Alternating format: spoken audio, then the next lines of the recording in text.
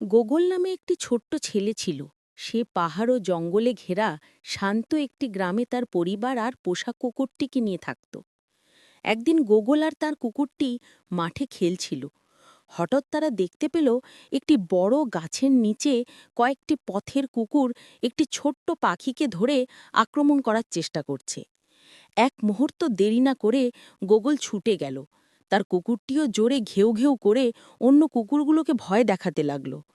Gogol ছোট্ট পাখিটিকে দু হাতে তুলে কুকুরগুলোর হাত থেকে বাঁচিয়ে নিল। তারপর সে খুব যত্ন করে পাখিটিকে কাছের গাছের ডারে বসিয়ে দিল। পাখিটি এতটাই ছোট ছিল যে উড়তে পারছিল না, ভয়ে কাঁপছিল। কিছুক্ষণ পরেই আকাশ থেকে উড়ে এলো মা পাখিটি। সে তার বাচ্চাকে দেখে ছুটে গেল তার পাশে। ছোট্ট পাখিটি কিচিরমিচির করে সব ঘটনা জানিয়ে দিল, কিভাবে গোগল আর তার কুকুর তাকে বাঁচিয়েছে। সব কথা শুনে মা পাখিটির চোখ ভরে উঠল কৃতজ্ঞতায়।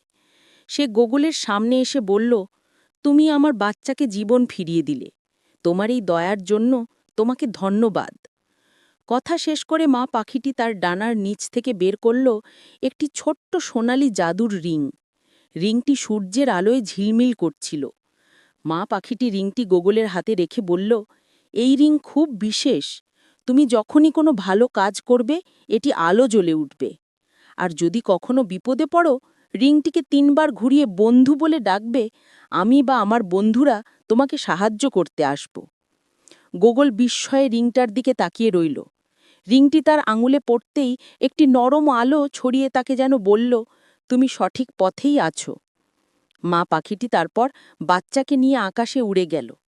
গোগল দাঁড়িয়ে রইল, হাতে ঝলমলে জাদুর রিং। আর তার মনে জন্ম নিল একটি নতুন আশা। আজ থেকে শুরু হলো তার